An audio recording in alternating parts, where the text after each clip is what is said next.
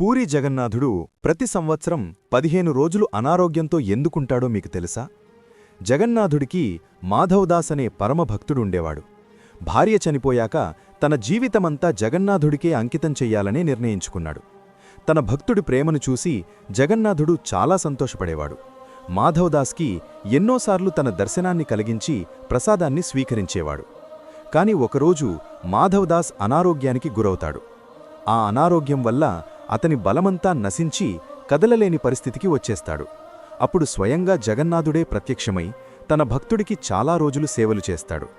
కొన్ని రోజులు గడిచాక మాధవదాస్ స్పృహలోకి వచ్చి, స్వామీ, మీరు 3 లోకాలకు అధిపతి కదా, మరి నా అనారోగ్యాన్ని ముందుగానే ఎందుకు నయం చేయలేకపోయారు అని అడుగుతాడు. అది విన్న జగన్నాథుడు చిరునవ్వు నవ్వి, చూడు మాధవదాస్, ఈ జన్మలో నువ్వీ కర్మని అనుభవించకపోతే వచ్చే జన్మలో మళ్లీ ఇదే కర్మని తీసుకోవాలి. నా భక్తుడు అంత బాధని అనుభవించడం నేను తట్టుకోలేను.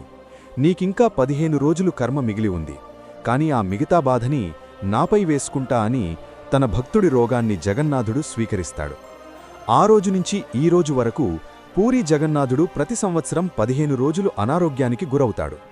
ఫ్రెండ్స్, జై జగన్నాథ్ అని కామెంట్ చేయండి మరియు ఈ కథను మీ స్నేహితులతో షేర్ చేయండి.